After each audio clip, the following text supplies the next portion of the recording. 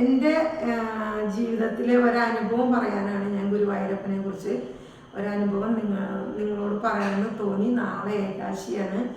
അപ്പോൾ എനിക്ക് ഗുരുവായൂരപ്പനെ കുറിച്ചൊരു കാര്യം നിങ്ങളുടെ അടുത്ത് പറയാനുണ്ട്. എല്ലാവർക്കും നമസ്കാരം. കാരണം കഴിഞ്ഞ കൊല്ലം ഏകാദശിക്ക് ഞാൻ കുറേ അനുഭവങ്ങളുണ്ട് ഭഗവാന്റെ.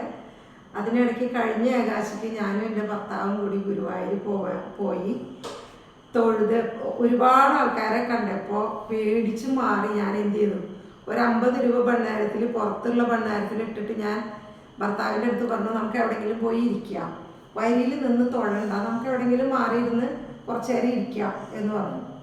അപ്പോൾ ആൾ സമ്മതിക്കുകയും ചെയ്തു. ആളുടെ കൂടെ ഞാനിങ്ങോട്ട് മുന്നോട്ട് വരികയും ചെയ്തു.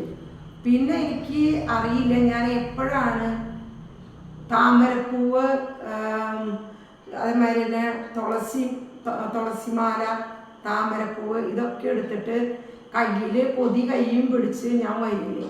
അപ്പം എനിക്ക് ഒരു ഓർമ്മയില്ല ഞാനിത് എങ്ങനെ വരിയിലെത്തി എന്നുള്ളത്. ഭഗവാൻ, ഞാൻ കുറേ നേരം കഴിഞ്ഞ എൻ്റെ ചിന്തയിൽ ഞാൻ വിചാരിച്ചു, ഞാൻ ഇങ്ങനെയല്ലേ വിചാരിച്ചേ, മാറിയിരുന്ന് കുറച്ച് നേരം ഇരിക്കാന്നല്ലേ വിചാരിച്ചത്, ഞാൻ എങ്ങനെ എത്തി, ഞാൻ എങ്ങനെ പൂക്കൾ വാങ്ങിച്ചു എന്ന് പോലും എനിക്ക് ഓർമ്മയുണ്ടായില്ല. അപ്പം അത് എന്തോ ഒരു ഭഗവാന്റെ ശക്തിയാണ് എന്നെ ആ വരിയിൽ കൊണ്ട് നിർത്തിയത്. വലിയ വരിയായിരുന്നു.